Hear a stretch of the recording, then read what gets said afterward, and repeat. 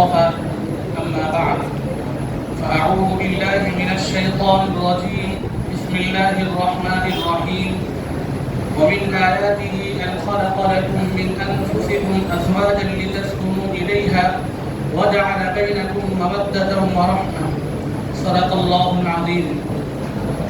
وقال النبي صلى الله عليه وسلم تنكح المرأة لأربع لمالها ولحسبها ولجمالها ولدينها فاظفر بذات الدين تربت يداك أو كما قال عليه الصلاة والسلام. صدر محترم وحاضرین جلسہ ومعزز اساتذہ کرام وعزیز طلبہ و طالبات، جیسا کہ ہم سب جانتے ہیں کہ یہ ہمارا ادارہ صرف ایک ادارہ نہیں بلکہ ایک تحریک ہے قرآن و سنت سے وابستہ کرنے کی. یہاں نہ صرف قال اللہ اور قال الرسول کی تعلیم دی جاتی ہے بلکہ طلبہ و طالبات کے اخلاق و کردار کو سنوارنے کی بھی تربیت کی جاتی ہے. یہاں نہ صرف علم کے نور کو پھیلایا جاتا ہے بلکہ دل کی دنیا کو جھنجھوڑنے کے لیے ایسے عناوین طے کیے جاتے ہیں جس کے ذریعے سے دلوں کو مزکہ و مصفہ کیا جائے اور معاشرے میں پھیلی ہوئی بیماریوں کا خاتمہ کیا جائے، جس کے لیے ہر جمعرات بعد نماز ظہر جلسہ اصلاح معاشرہ منعقد کیا جاتا ہے، جس کا مقصد یہ ہے کہ ہم اپنی زندگیوں کو بدلیں، اپنی نسلوں کو سنواریں اور علم و عمل کی روشنی کو اپنے گھروں تک پہنچائیں اور معاشرے میں پھیلی ہوئی بیماریوں کا قرآن و حدیث کی روشنی میں اس کا علاج کریں. چنانچہ جو موضوع منتخب کیا گیا ہے وہ ہے نکاح اخلاقی و معاشرتی کامیابی کا ذریعہ ہے. چنانچہ نکاح ایک ایسا بندھن ہے جو نہ صرف دلوں کو جوڑتا ہے بلکہ نسلوں کو سنوارتا ہے. نکاح کے ذریعے نگاہوں کی حفاظت ہوتی ہے، باہمی محبت و تعلق پیدا ہوتا ہے، مسلم معاشرے میں باہمی تعلق زنا فحاشی و عریانیت کا خاتمہ ہوتا ہے. اس عنوان پر تفصیل سے روشنی ڈالنے کے لیے صرف شہر حیدرآباد ہی کے نہیں بلکہ ملک کے مشہور و معروف نامور عالم دین آج کے مہمان مقرر ہیں، جن سے میری مراد مصلح الامہ ترجمان اہل سنہ حضرت مولانا عبد القوی صاحب دامت برکاتہم ناظم ادارہ اشرف العلوم ہے. آپ کے بیان و خطاب سے ایمان میں تازگی پیدا ہوتی ہے، قرآن و سنت کی خوشبو اور درد امت کی تپش پائی جاتی ہے. کسی لکھنے والوں نے کیا ہی خوب لکھا ہے، دل بدل جانے تو حالات بدل جاتے ہیں، سوچ روشن ہو تو راہ گزر بھی بدل جاتے ہیں. دل بدل جائے تو حالات بدل جاتے ہیں، سوچ روشن ہو تو راہ گزر بھی بدل جاتے ہیں. کبھی خود کو بدل کر تو دیکھو ذرا، زمانہ خود بخود بدلتا نظر آئے گا. قبل اس کے کہ میں حضرت والا کو دعوت خطاب دوں، جلسے کا آغاز دنیا کی سب سے مقدس ترین کتاب جس کے بارے میں اللہ تبارک و تعالی نے فرمایا ذالک الکتاب لا ریب فیہ، اور نبی کریم صلی اللہ علیہ وسلم نے فرمایا اقرأ وارتقی ورتل كما كنت ترتل في الدنيا فإن منزلك عند آخر آية تقرأها. قرآن پڑھتا جا اور جنت کے منازل طے کرتا جا، اور ایسے ہی پڑھ جیسا کہ تو دنیا میں پڑھتا تھا. تیری منزل وہی ہوگی جہاں تو اپنی آخری آیت کو پڑھے گا. اب میں جلسے کا آغاز تلاوت کلام اللہ سے کرنے کے لیے جامعہ کے استاد حافظ محمد مشتاق صاحب کو اس شعر کے ذریعے دعوت دیتا ہوں. فرصت اگر مجھے ملے تو پڑھنا ضرور، فرصت اگر مجھے ملے تو پڑھنا ضرور، نایاب الجھنوں کی مکمل کتاب ہوں.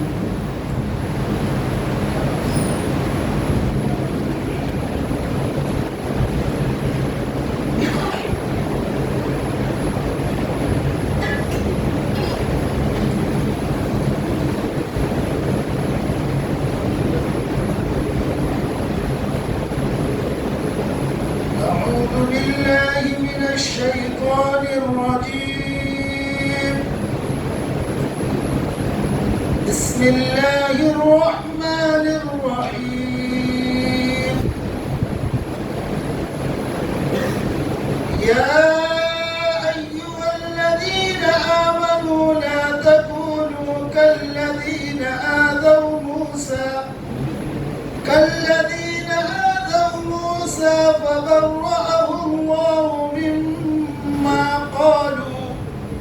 وكان عند الله وجيها. يا أيها الذين آمنوا اتقوا الله وقولوا قولا سديدا يصلح لكم أعمالكم ويغفر لكم ذنوبكم ومن يطع الله ورسوله فقد فاز فوزا عظيما. إنا عرضنا الأمانة على السماوات والأرض والجبال فأبين أن يحملنها وأشفقن منها وحملها الإنسان إنه كان ظلوما وجهولا. ليعذب الله المنافقين والمنافقات والمشركين والمشركات ويتوب الله على المؤمنين والمؤمنات وكان الله غفورا رحيما. صدق الله العظيم.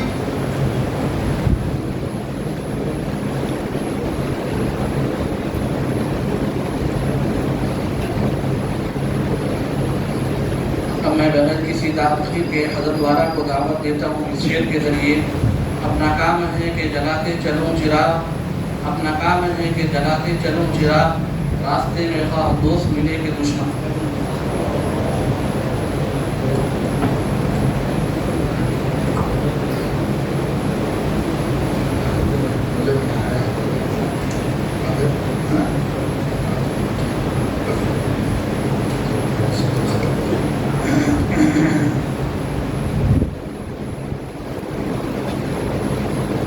بسم الله الرحمن الرحيم.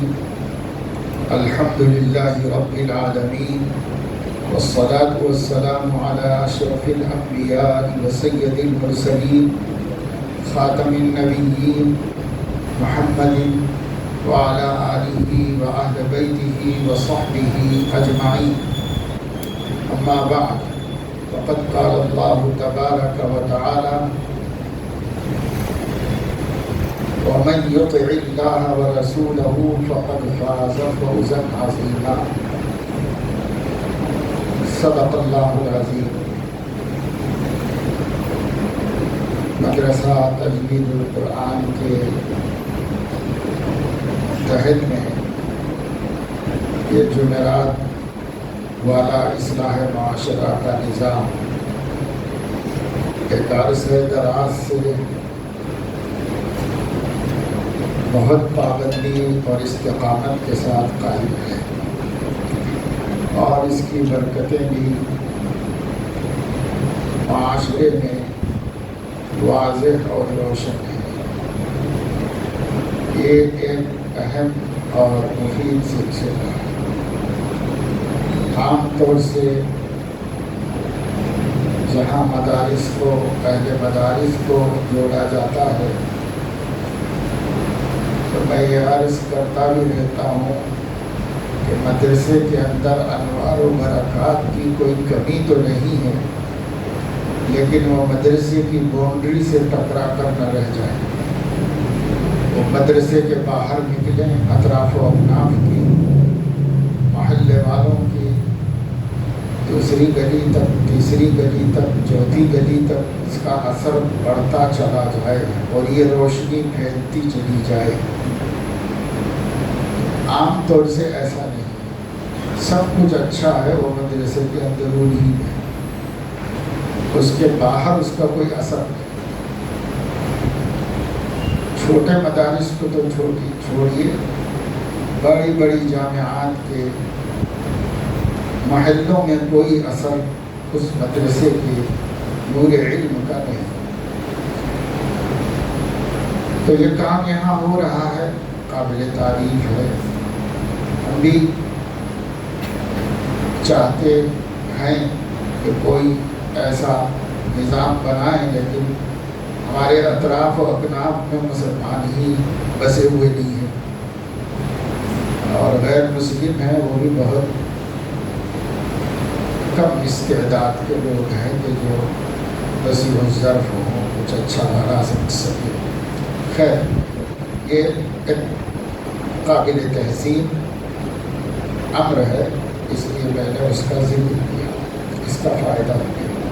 اسی کے ساتھ ساتھ مدرسے کے معلمین اور معلمات بھی یہاں جو کچھ علم حاصل کر رہے ہیں، اور چونکہ یہاں خانقاہی نظام بھی ہے تو اس سے جو روحانیت اور نورانیت حاصل کر رہے ہیں، اسے اپنے اپنے محلوں میں اور اپنے اپنے خاندان میں اور اپنے اپنے تعلق والوں میں عام کرنے کی فکر، اپنی ذات تک محدود نہ رکھیں۔ علم وہ امانت ہے جو بانٹنے سے بڑھتی ہے اور جس کی خیانت کی کوئی گنجائش نہیں۔ تو اللہ تعالیٰ ہم سب کو اس کی توفیق نصیب کرے۔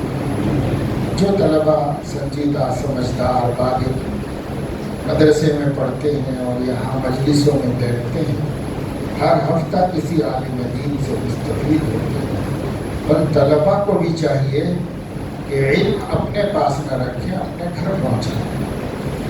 نبی پاک صلی اللہ علیہ وسلم کا حکم یہی ہے۔ حضور علیہ السلام نے مالک بن حویرث سے جو صرف 20 دن آپ کی خدمت میں رہے، جاتے وقت فرمایا تھا جو کچھ سیکھا ہے جو یہاں نہیں آئے ان تک پہنچا دینا۔ اس سے شراح حدیث نے فرمایا علم سیکھتے ہوئے بھی پہنچاتے رہنا چاہیے، انتظار نہیں کرو کہ کسی سند کے بعد کام کریں۔ روز روز جو مدرسے میں بھلا سیکھا اپنے گھر میں اس کا مذاکرہ کرو، بہنوں کو، بھائیوں کو، گھر والوں کو سناؤ، تاکہ ان کے عقیدے بھی درست ہوں اور ان کا عمل بھی صحیح ہو، اخلاق بھی اچھے ہوں۔ یہ تو ایک جنرل بات تھی۔ باقی آج کی اس مجلس میں نکاح بھی ہے، اور نکاح کے حوالے سے بھی مجھے بتایا گیا کہ نکاح بھی ہے اور ہفتہ وار اجتماع ہے۔ تو چونکہ اس اجتماع کا عنوان ہی اصلاح معاشرہ ہے، اور معاشرے کے اصلاح کا جب نام لیا جاتا ہے تو ذہنوں میں تصور ہی جہیز جوڑے شادی بیاہ کا آتا ہے۔ جب بھی اصلاح معاشرہ کہو تو عنوان یہی آ جاتا ہے۔ اس کی وجہ یہ ہے کہ مجھے یاد ہے کہ اصلاح معاشرہ تو خیر ہر زمانے میں ہوا ہے، لیکن خاص اس عنوان سے جلسے جو شروع ہوئے وہ اس جہیز جوڑے کی مصیبتوں کے واقعات سامنے آنے کے بعد شروع ہوئے، پھر پورے ملک میں وہ اسی کا عنوان بن گئے، اصلاح معاشرہ کا عنوان ہی وہ بن گیا۔ اب حالانکہ وہ لینا دینا کتنا باقی ہے، کتنا چل رہا، وہ تو دب گئی بات، لیکن معاشرے میں قابل اصلاح چیزیں اس سے زیادہ دوسری پیدا ہو۔ اب ان امور کی طرف توجہ دینے کی اب زیادہ سخت ضرورت ہے، اور وہ بہت سارے معاشرے کی برائیاں شادی کے حوالے سے بھی اگر لو تو حسن معاشرت کا نہ پایا جانا ایک ایسی معاشرتی برائی ہے جس کی اصلاح کے بغیر مسلم معاشرے میں سکون نہیں آ سکتا۔ حسن معاشرت ختم ہو گیا۔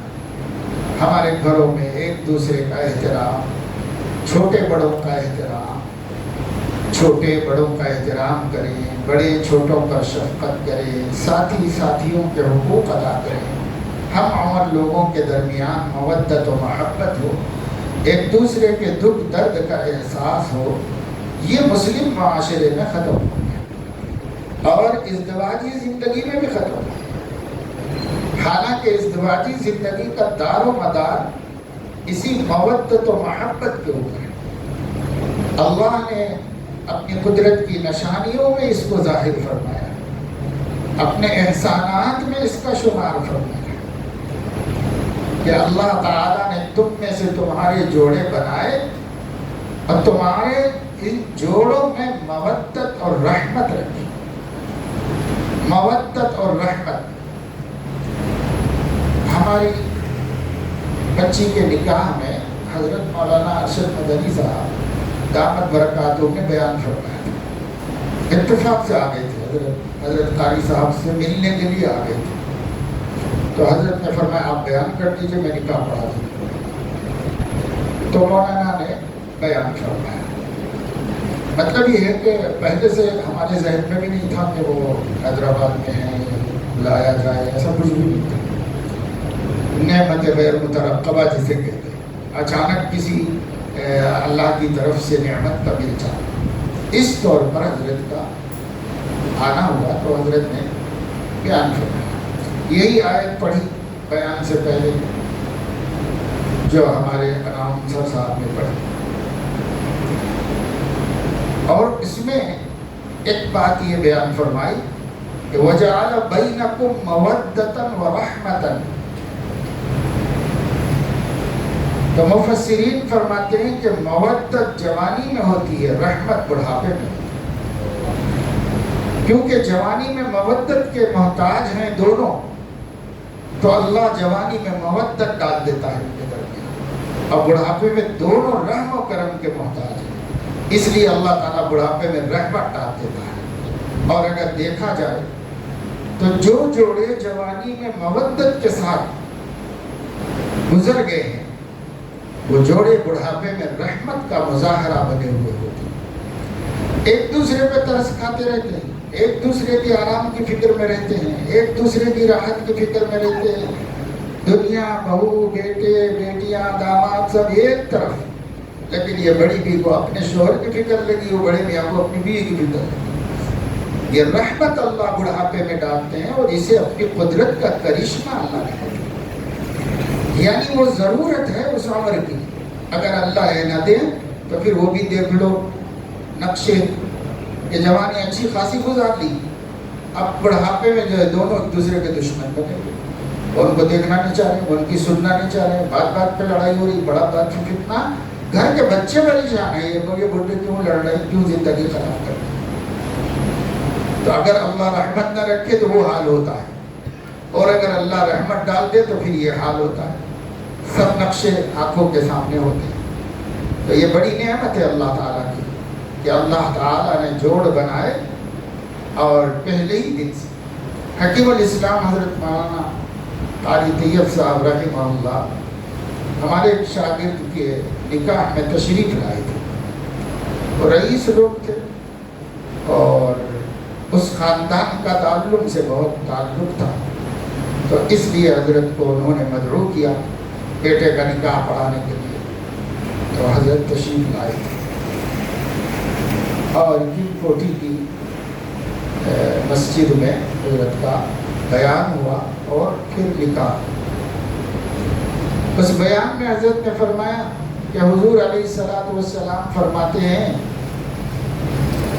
کہ میں نے ازدواجی رشتے میں جو محبت ہے ایسی محبت کسی اور رشتے میں نہیں دیکھی.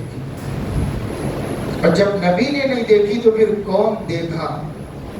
کوئی بھی نہیں دیکھا. اگر نبی دیکھتے تو ٹھیک, نبی نے نہیں دیکھی. ایسی مودت و محبت کسی اور رشتے میں نہیں دیکھی. اب یہ پیدا ہو جاتی ہے اچانک, ایک جملے کے ادا ہونے پر پیدا ہو جاتی ہے. تو حضرت نے فرمایا کہ دیکھو دو اجنبی گھرانے ہیں, لڑکی کو لڑکا نہیں پہچانتا, اس دور کی بات نہیں ہے, 30 سال پہلے کی بات ہے.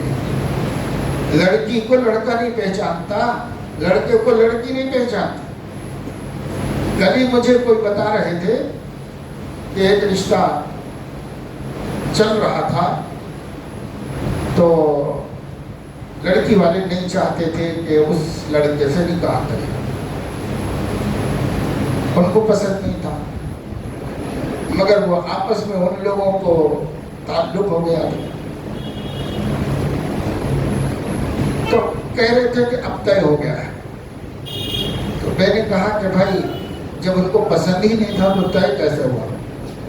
تو کہا یہ لڑکی کی بہادری کی بات ہے کہ جو رشتہ آتا ایک فون کر دیتی تھی کہ میں آپ کے ساتھ تو رہنے والی نہیں ہوں. وہ لوگ گھر جا کے جو ہے وہ مٹھائی وٹھائی سب واپس کر دیتے تھے. تو زیادہ پھر ہوتا دوسرا, تیسرا, چوتھا, 10-15 رشتے والدین نے دوسری جگہ طے کرا دیے اور اس نے ایک فون کر دیا کہ آپ کے ساتھ مجھے نئی زندگی گزارنا ہے, آپ امید میں مت رہیے کہ نکاح ہونے والا ہے. ایسا مت سوچیے. وہ کیوں مصیبت مول لے, وہ فوراً ختم, نہیں چاہیے بھائی ہم کو, ختم. اب جب کوئی آپشن نہیں بچا تو اسی کے ساتھ اس کے والدین نے جوڑ دیا اور رشتہ طے کر دیا. میں آپ کو یہ بتا رہا ہوں ایسا زمانہ نہیں تھا. وہ زمانہ تو لڑکی اپنے گھر کے باہر کی کوئی چیز نہیں جانتی تھی. لڑکی اپنی شخصی زندگی کے بارے میں کوئی کہنے کی ہمت بھی نہیں کر سکتی تھی. ایک ایسا دور تھا.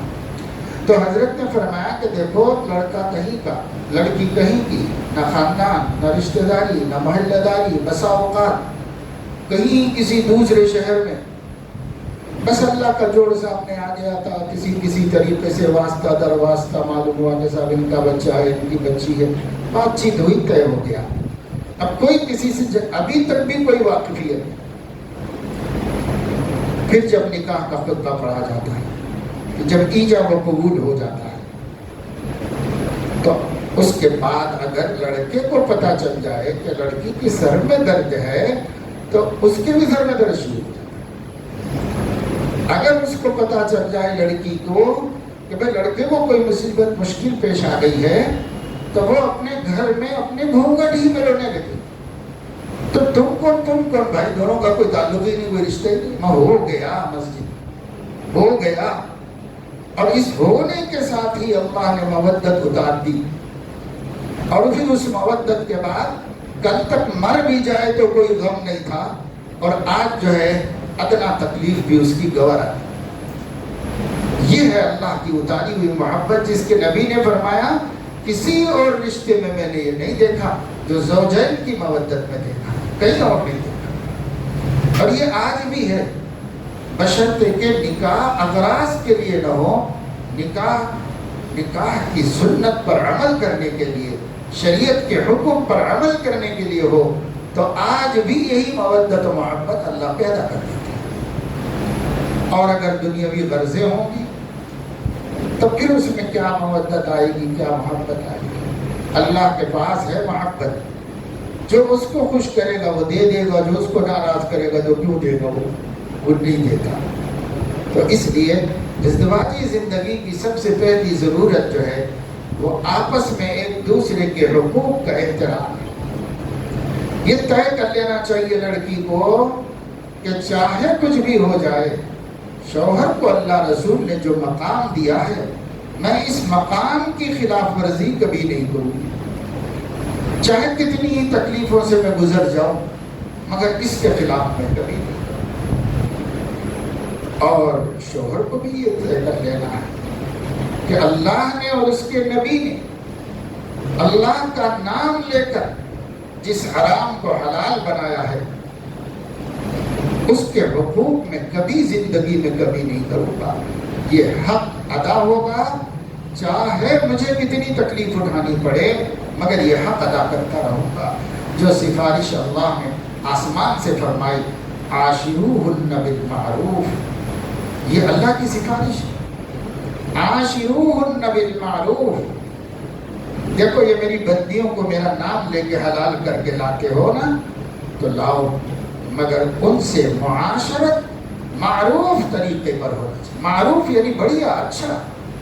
معروف کے معنی اچھی, جیسے امر بالمعروف, اچھی باتوں کا حکم کرنا, تو معروف کہتے ہیں اچھی بات. جو عرف میں بھی اچھی ہوں, تو شریعت میں بھی اچھی, ان کو معروفات کہتے ہیں. اللہ فرمانے عاشروہن بالمعروف, خلقت و اسلامت, تم اچھی معاشرت کرو. میری سفارش ہے اس بندی کے ساتھ تم اچھے رہو, اللہ سفارش کرو. ہمارے حضرت محی سنہ رحمہ اللہ فرماتے ہیں کمشنر کی بیٹی ہو اور وہ ایک تنبیہ کرے, کوئی شکایت نہ آنے دینا بھائی, اور کلکٹر کی بیٹی ہو وہ کہے تو کیسا ڈر خوف بیٹھے گا. اور اللہ فرمائے میری بندی ہے, دیکھو کوئی شکایت نہیں آنا میرے پاس کوئی. اس کے ساتھ حسن سلوک کی شکایت نہیں آئے گی میرے پاس. اللہ اگر یہ فرما رہے ہیں تو کیا کوئی پرواہ ہے ہم کو؟ ہر عہدے دار کے عہدے کی قیمت معلوم ہے. اللہ تعالیٰ کے مرتبے کا ہمیں علم نہیں، ورنہ نہ خلوت میں ہم سے غلطی ہو سکتی نہ جلوت میں ہو سکتی. جان پہ کھیل لیں گے لیکن عاشروہن بالمعروف کی مخالفت نہیں کریں گے. اگر اللہ کی عظمت معلوم ہو، اللہ کا مرتبہ معلوم، اور ادھر اللہ کے نبی صلی اللہ علیہ وسلم نے کیا فرمایا؟ غیر اللہ کو سجدہ کرنا جائز نہیں. اگر میں اجازت دیتا کہ فلاں کو بھی کر سکتے ہو تو پھر میں عورت سے کہتا کہ شوہر کو سجدہ کیا کرے. یہ اگر ہے، لیکن چونکہ اس کی گنجائش ہی نہیں ہے اس لیے میں تمہیں کسی کے لیے بھی اجازت نہیں دیتا.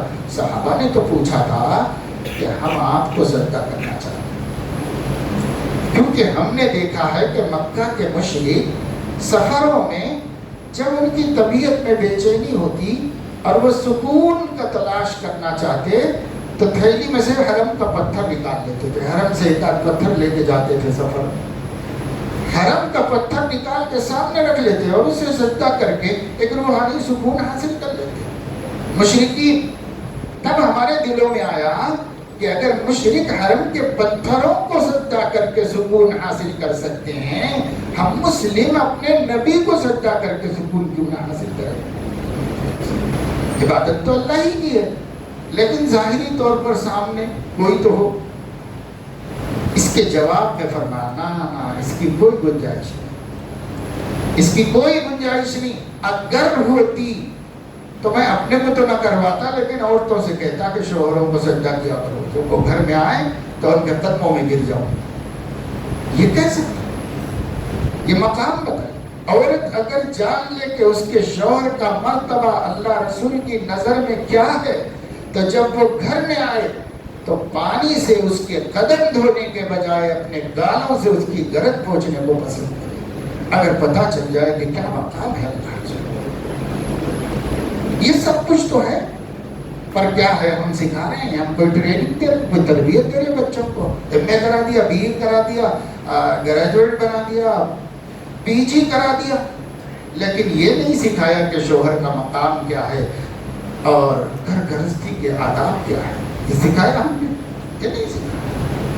اب میں اس میں اور اضافہ کروں گا، عالمہ بنا دیا، حافظہ بنا دیا، لیکن سسرال میں جینے کا طریقہ نہیں سکھایا تو فائدہ کیا ہوگا؟ ایسی بچی کیا سکون پائے گی جا کر کہاں؟ بہت بڑی ذمہ داری کی بات ہے. گزشتہ ہفتہ میرے ایک شاگرد آئے تھے، نسوان مدرسہ چلاتے ہیں. ان کے مدرسے میں حفظ مکمل کر کے، عالمیت مکمل کر کے، امتحان میں اعلیٰ درجے کے نمبرات حاصل کرنے والی ایک لڑکی اپنے وطن جانے کے بعد ایک غیر مسلم کے ساتھ بھاگ گئی. تو انہوں نے کہا میرا دل تو بہت دکھا، جیسے میری بچی کا قصہ ہوا ہو، کیونکہ ہم نے تو اتنی محنت کی تھی. میں گیا، سمجھایا، ملاقات کیا، کچھ علماء کو لے کے جا کے ملاقات کی، سمجھائے، ہر ممکن کوشش کر لی، لیکن اس نے کہا کہ مجھے نہیں، مجھے اسی کے ساتھ جینا ہے. دل ہی تو ہے نہ سنگ و خشت، درد سے بھر نہ آئے کیوں، روئیں گے ہم ہزار بار کوئی ہمیں رلائے کیوں. ہم کو ماننا چاہیے کہ ہماری بیٹی کے سینے میں دل ہے، پتھر نہیں ہے. ہمارے بچے کے سینے میں دل ہے، پتھر نہیں ہے. دل کسی کی طرف جھکتا ہے، دل کسی کی طرف مائل ہوتا ہے، اور مائل ہو کر قربان ہو جاتا ہے. جب وہ قربان ہو جاتا ہے تو واپس نہیں آ سکتا، وہ تو قربان ہو گیا، اب کہاں سے واپس آ سکتا ہے؟ اس دل کو، اس کی مجبوری کو سامنے رکھ کر ہمیں اپنے بچوں کی پرورش کرنا چاہیے. اگر ہم نہیں کریں گے تو مولانا صاحب ہو، پیر صاحب ہو، کلکٹر صاحب ہو، منسٹر صاحب ہو، ڈاکٹر صاحب ہو، اس سے مطلب نہیں ہے. نفسیات سب کی یکساں ہے. کسی کی بھی بیٹی کا دل مائل ہو سکتا ہے کسی دوسرے کی طرف. آپ کی تربیت اس کو روک سکتی. آپ اپنے بچوں کو ایسی تربیت دیں, بیٹا ہو یا بیٹی, کہ اس کو شروع ہی سے سمجھا دیں بیٹا ہمیں اللہ نے پیدا کیا, اللہ ہمارا مالک ہے, اللہ ہمارا خالق ہے, اللہ زمین آسمان کا مالک ہے, اللہ تعالیٰ پہاڑوں اور دریاؤں کا مالک ہے, اللہ تعالیٰ کھیتیوں میں غلہ اگا کے دے رہا ہے, اللہ تعالیٰ درختوں پہ پھل لگا کے دے رہا ہے, اللہ تعالیٰ پھولوں سے خوشبو مہکا رہا ہے, اللہ تعالیٰ تم کو تمہاری آنکھوں میں روشنی دیا ہے, اللہ تمہارے کانوں میں سنوائی دیا ہے. بیٹا تیری زبان اللہ کے حکم سے بول رہی ہے, تیرا انگ انگ روا روا رونگٹا رونگٹا اللہ کے احسان کے سامنے شرمندہ ہے.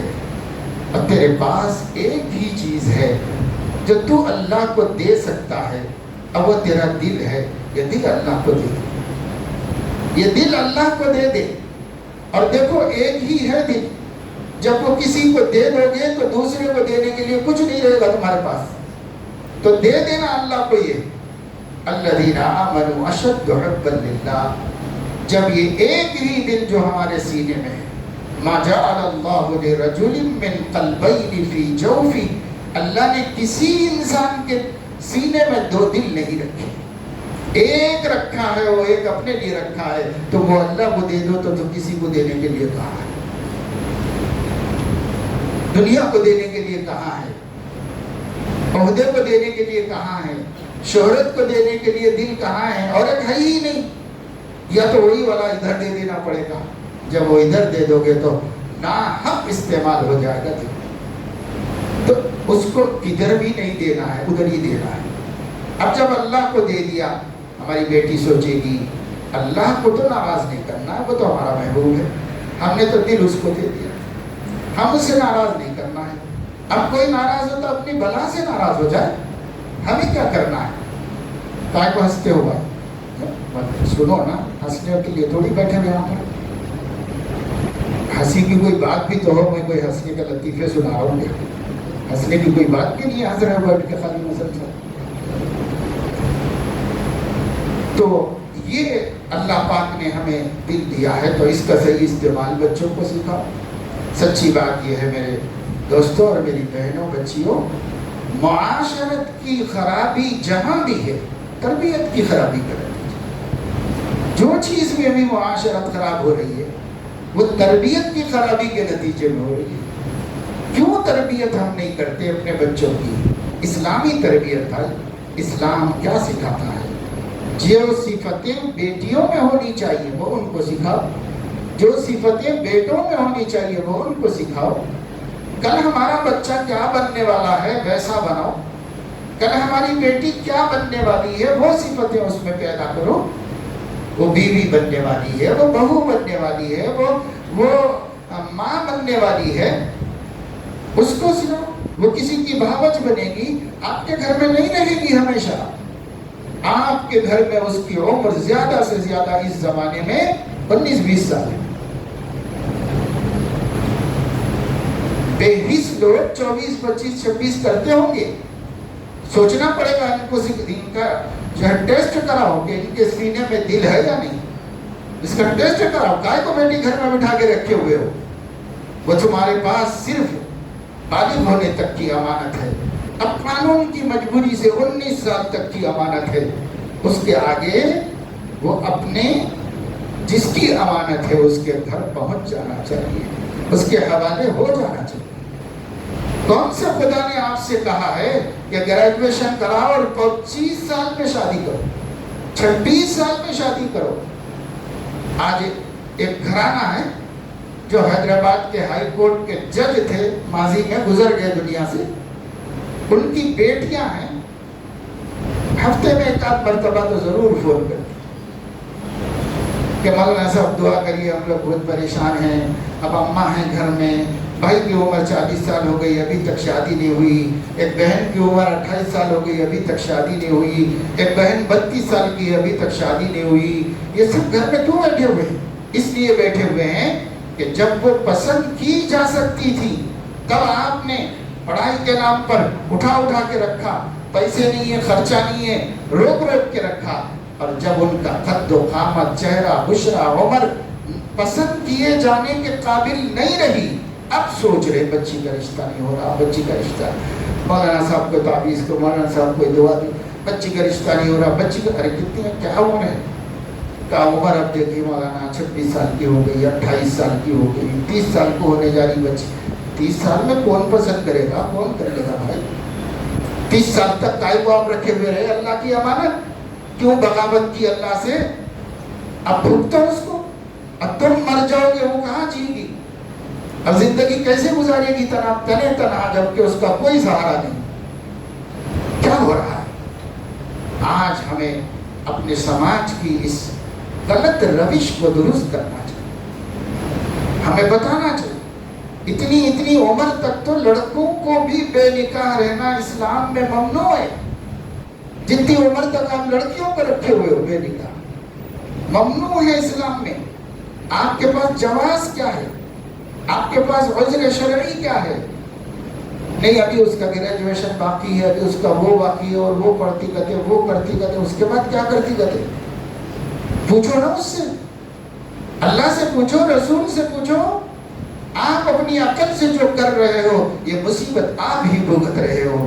اللہ کے نبی صلی اللہ علیہ وسلم کا ارشاد ہے، اذا خطب الیکم من ترضون دینہ وخلقہ فزوجوہن، اگر تمہاری بیٹیوں کے لیے یا زیر کفالت لڑکیوں کے لیے ایسا بچہ منگنی بھیجے، خطبہ بھیجے، رشتہ بھیجے جس کے اخلاق اچھے ہوں، دین معتبر ہو، فزوجوہن، یہ امر ہے نبی کا، حکم ہے، نکاح اس سے ان کا کر دو۔ اور اسی پہ بات ختم نہیں، الا تفعلوہ، اگر میرے اس حکم پر عمل نہیں کرو گے، تکن فتنۃ فی الارض وفساد عریض، روئے زمین پر فتنہ پھیل جائے گا اور عالمگیر فساد پھوٹ پڑے گا، جو پھوٹ رہا ہے۔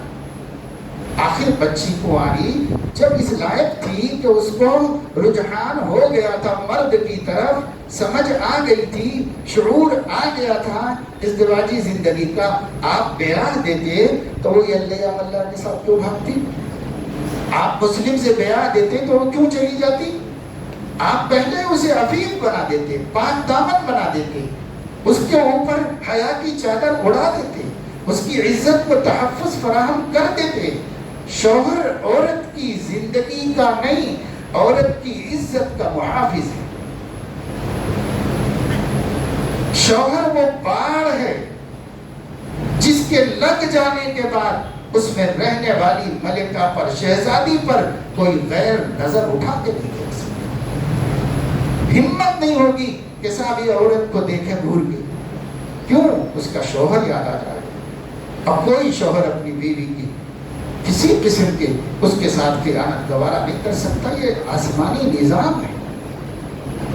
آپ اس چہار دیواری میں، آپ اس قلعے میں، اس حصن حسین میں، اس مضبوط گھر میں عفت کی اپنی بیٹی کو نہیں داخل کیے ہو تو وہ بے حیا ہو جائے۔ آپ ہی نے تو نہیں داخل کیا، اگر آپ داخل کر دیتے تو وہاں آرام سے، چین سے، عزت سے زندگی گزار لیتی، روٹی چٹنی کھا لیتی، مصیبت جھیل لیتی، کرایہ کے مکان میں رہ جاتی، مگر عزت سے رہتی۔ کیا غریب عورتیں جو غریب شوہروں کے گھر میں ہیں عزت سے نہیں ہیں، سکون سے ہیں، آرام سے؟ آج بھی ہیں، پہلے زمانے میں تو یہ مسئلہ نہیں تھا۔ پہلے زمانے میں یہ دیکھا جاتا تھا کہ بچے میں اخلاق ہے کہ نہیں، کہ بچہ ہماری بچی کو عزت سے رکھ لے گا کہ نہیں رکھ لے گا، یہ دیکھا جاتا تھا۔ اب صوفہ گوشہ اور جو ہے گھر دار دیوانے، واش روم کیسا ہے ان کے گھر میں، بیت الخلا کیسا ہے ان کے گھر میں، باورچی خانہ کیسا ہے ان کے، برتن کیسے ہیں، سب دیکھنے کے بعد اخلاق نہیں دیکھا، دین نہیں دیکھا، تو بسا اوقات پتہ چلا کہ صاحب بے دین ہے، اور بسا اوقات پتہ چلا کہ تہذیب نہیں ہے، اس لیے بیٹی وہاں جہنم کی طرح جی رہی ہے، سکھ سے پلی پھولوں کی طرح پالا، اب لے جا کے اس جہنم میں ڈال دیا جہاں تہذیب نام کی کوئی چیز نہیں، اخلاق نام کی کوئی چیز نہیں۔ ایک لڑکی کہتی تھی کہ مولانا میں کیا بتاؤں، اس گھر میں کروڑوں روپیہ ہے، دولت ہے، بڑے بڑے فریجاں رکھے ہوئے ہیں، اب فریجوں میں فروٹ رہتا، یہ رہتا، وہ رہتا، سب بھرا ہوا رہتا، میں یہ پیالی چائے بغیر سانس کی اجازت کے نہیں بنا سکتی، میں اس فریج میں سے ایک انگور لے کے نہیں کھا سکتی، میں کیا سناؤں آپ کو، آپ یا تو میری موت کا فیصلہ کرو یا تو یہاں سے چھڑاؤ مجھے جان۔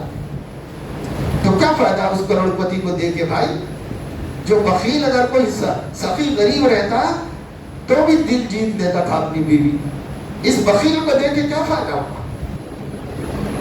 ایک لڑکی باپ کو خط لکھتی ہے کہ یا تو آپ مجھے یہاں سے لے جائیے زندہ یا پھر انتظار کیجئے میری لاش لے جانے کا، میں جی نہیں سکتی، میں رہ نہیں سکتی اس گھر۔ کیا دیکھ کے دیے تھے آپ؟ ناک کیسی ہے، بال کیسے ہیں، کہاں ہیں، سعودی عربیہ میں ہے اور کیا اسٹیٹ میں ہے، میرے کو امریکہ میں ویل سیٹل چاہے 25 سال کے بعد ملے مگر وہی چاہیے، کر کے دیا۔ وہاں جانے کے بعد کیا کر رہا ہے وہ، پتا چلا کہ پہلے سے 4 سے 10 سے تعلق رکھا ہوا ہے اور اس کی زندگی اجیرت کر دیا، ناک میں دفتر کر دیا۔ کیا ملا اس باپ کو، کیا ملا اس ماں کو خون رونے کے علاوہ؟ کچھ نہیں، نہ جا سکتے، نہ مدد کر سکتے، اپنے گھر میں بیٹھ کے صبح رو رہے، رات رو رہے، دن رات کانٹوں پہ جی رہے۔ کیا ہوا بیٹی کا، ہائے بیٹی کا کیا ہوا، ہائے بیٹی کا۔ تمہاری ہرس نے یہ مصیبت لائی نا، تمہاری بدعقلی نے یہ مصیبت لائی۔ وہ بچی کس کو کوس رہی ہوگی، کتنے رشتے آگے مگر ہمارے ابا ہمارے امی ٹھکراتے رہے، اب ایک ملا تو یہ جلاد ملا، اس جلاد کے حوالے کر کے خوش ہیں ہمارے والدین، کیا خوش ہے، میری زندگی برباد۔ اور ایسا صرف لڑکے ہی ظالم نہیں ہوتے، بہت سی لڑکیاں تربیت نہ ہونے کی وجہ سے ایک اچھے خاصے ہنستے بولتے خاندان کو آگ میں جھونک دیتے ہیں، جا کر اکیلی ایک بہو جا کر کے پورے خاندان میں توڑ پھوڑ کر دیتے ہیں، رشتے ٹوٹ گئے، تعلقات خراب ہو گئے، سب یہ ایک آ کر کے منحوس وجود نے اس گھر کی برکت کو ختم کر دیا۔ کیوں ہوگا؟ آپ نے اپنی بیٹی کی تربیت دی، بیٹیاں مظلوم ہیں، ہمارے قصور سے مظلوم ہیں، بچے مظلوم ہیں، ہمارے قصور سے مظلوم ہیں، سب ہمارا ہے۔ سلیقہ آداب محبت کا یہ بتا دیتے ہیں ہم تم کو، دعائیں دل میں دینا، ظلم سہنا اور بے زباں رہنا۔ سکھایا اپنے بچے کو، سکھایا اپنی بچی کو، کہ بڑے اللہ والے فرما رہے ہیں، بڑے اللہ والے کا شعر ہے، سلیقہ آداب محبت کا یہ بتا دیتے ہیں ہم تم کو، دعائیں دل میں دینا، ظلم سہنا، بے زباں رہنا۔ وہی بہو کامیاب ہوگی، وہی جیت لے گی پورے گھر کو، وہی ایک دن یہاں کی ملکہ بن جائے گی اگر اس کے پاس 3 صفتیں ہوں، دل سے دعائیں دینا ہدایت کی، جو ظلم ہو رہا ہے اسے برداشت کر لینا، اور بے زبان رہنا، زبان نہ کھولنا۔ جب زبان کھلے گی تو سب گیم فیل ہو جائے، زبان نہیں کھلی تو انشاءاللہ فتح تمہارے ہاتھ میں ہے، میدان تمہارے لیے، اگر ہمارے اندر یہ صفتیں پیدا ہو جائیں تو ہمیں اس کی طرف توجہ دینے کی ضرورت ہے۔ آج جو بیٹیاں ہمارے گھر میں ہیں، جن کے گودوں کو اللہ تعالیٰ نے اولاد سے نوازا ہے، اب بھی سے وہ تربیت کرو جس کے نہ ہونے سے اپنے بڑھاپے میں اپنے کو خون رونا پڑے گا، اپنے بڑھاپے میں سکون ختم ہو جائے گا، زندگی سے موت بھری لگنے لگے گی۔ اس سے بچنا ہے تو اللہ کی دی اس نعمت کی اسلامی تربیت کرو، دینی تربیت کرو، اخلاقی تربیت کرو، اب پھر ان کو سکھا دو کہ ہر ایک دوسرے کے حق کو ادا کرنا مقدم رکھے۔ ہر ایک اپنا حق وصول کرتا ہے اس سماج میں، اور اسلامی سماج کیا ہے؟ ہر ایک دوسرے کا حق ادا کرے، یہ اسلامی سماج ہے۔ اور یہودی سماج کیا ہے؟ ہر ایک اپنا حق وصول کرے، اپنا حق وصول کرے۔ یعنی پورے غزہ کو تاک تو تاراج کر دے تو بھائی اس کو حق ہے سیلف ڈیفینس کا. اور اگر ایک یہودی کو مار دیا جائے تو تمام میڈیا اور اخبارات میں گھر اجڑ گیا، بچوں کا کیا ہوگا، بیوی بیوہ ہو گئی، کیسا ظلم ہے، کیسی ناانصافی ہے، ایک گھرانہ تباہ ہو گیا ہے. ارے ایک گھرانہ تباہ ہوا ہے بابا، تمہارے ہاتھ سے 2 لاکھ گھرانے تباہ ہو گئے. اس کو کہتے ہیں حق وصول کرنا جاننا، حق ادا کرنا نہ جاننا، اس کو کہتے ہیں. لیکن آج مسلمان بھی یہودی سماج بنا ہوا ہے. حق لینا، بس بیوی شوہر سے اپنا حق لینا چاہتی ہے، دینا نہیں چاہتی. شوہر بیوی سے اپنا حق وصول کرنا چاہتا ہے، دینا نہیں چاہتا. ساس بہو سے اپنا حق لینا چاہتی ہے، بیوی ساس سے اپنا حق لینا چاہتی ہے. بھاوج ننن سے، ننن بھاوج سے، یہ خاندان والے وہ خاندان والوں سے، وہ خاندان والے یہ خاندان والوں سے. سب حقوق وصول کرنے کی لڑائی لڑ رہے ہیں، حق ادا کرنے کی کوئی لڑائی نہیں ہو رہی ہے. اس وجہ سے یہ سب مصیبتیں آ رہی ہیں. یہ سب اب ایک تاریخ کا مختصر سا واقعہ بتا کر نکال پڑھا دیتے ہیں. ایسا واقعہ پیش آیا کہ ایک صاحب نے ایک صاحب سے زمین خریدی. اگر وہ زمین خرید لی تو انہوں نے اس زمین پر تعمیر کرنا چاہا. اس کے لیے مزدور لگائے، کھدائی شروع ہوئی. جب بنیاد کھودی جا رہی تھی تو بنیاد میں ایک گھڑا نکلا، دیگچہ نکلا، جس میں اشرفیاں بھری ہوئی تھی. پہلے زمانے میں حفاظت زمینوں میں ہی کی جاتی تھی، وہی تجوری تھی. تو کسی نے رکھی ہوگی آباء و اجداد میں، وہ زمین میں سے نکل گئی. تو ان صاحب کو معلوم ہوا، مزدور بھی دیانتدار تھے، سب لوٹ کے بھاگنے گئے. بلکہ انہوں نے سیٹ کو بلا کے کہا کہ دیکھیے یہ ہے، یہ قصے کو آپ نمٹ لیجئے، ہمارا کام تو بھائی گڑھے کھود کے دے دینا ہے، یہ قصہ آپ نمٹ لیجئے. کیا ہے وہ آیا، دیکھا کیا یہ ہے. اچھا، جس سے خریدا تھا بیچنے والے کے گھر گیا، ہاتھ بھی نہیں لگایا، نکالا بھی نہیں، رکھ لیا بھی نہیں، سیدھے اس کے گھر گیا. کہا بھائی آپ کی زمین میں ایک اشرفیوں کا گھڑا نکلا ہے، خالص سونا، آپ آ کے لے جائیے، اور کہیں ایسا نہ ہو کہ ضائع ہو جائے، چوری ہو جائے. آپ آ کے لے جائیے، اپنی چیز لے جائیے. اس نے کہا میں نے تو نہیں رکھا تھا، اور نہ میری زمین رہنے تک مجھے اس کا پتہ چلا. اب جب میں بیچ دیا تو ساتوں طبق سے میں بیچ دیا آپ کو. اب اس میں سے کچھ نکلا تو تمہارا مقدر ہے، میرا تو نہیں. میرے لیے ہوتا تو میرے پاس رہنے کے زمانے میں مل جاتا تھا. اب میں زمین بیچ چکا، نیت خراب نہیں کروں گا. وہ آپ ہی نکال لیجئے، آپ ہی لے لیجئے، مجھے جو پیسے آ گئے بس وہی کافی ہے، میں نیت نہیں خراب کرتا. اس نے کہا بھائی میں تو تم سے پلاٹ لیا ہوں، میں تم سے خزانہ نہیں لیا ہوں، نہ میں نے خزانے کی قیمت دی ہے تم کو، لہذا میں نہیں لے سکتا، تم لے جاؤ تمہارا خزانہ. تو دیکھو اب جنگ کون سی ہے؟ حق ادا کرنے کی جنگ، یہ حق وصول کرنے کی جنگ ہے. یہ حق ادا کرنے کی جنگ ہے جو مسلم سماج کی پہچان ہے. یہ حق ادا کرنے کی جنگ. لڑائی ہوئی اور مقدمہ عدالت میں چلا گیا. یہ دونوں لڑ رہے بھائی، وہ بولتا میں نہیں لیتا، وہ بولتا میں نہیں لیتا، میں بیچ چکا زمین تم کو. وہ کہہ رہا میں زمین لیا تھا، خزانہ نہیں لیا تھا. تو کیس عدالت میں جانا تھا، عدالت میں رجوع ہو گئے. قاضی نے بلا کے دونوں سے بات کی، دیکھا کہ بھائی معاملہ تھوڑا عجیب ہے، ان کا خوف خدا ان کو لینے نہیں دے رہا. اب کیا کیا جائے؟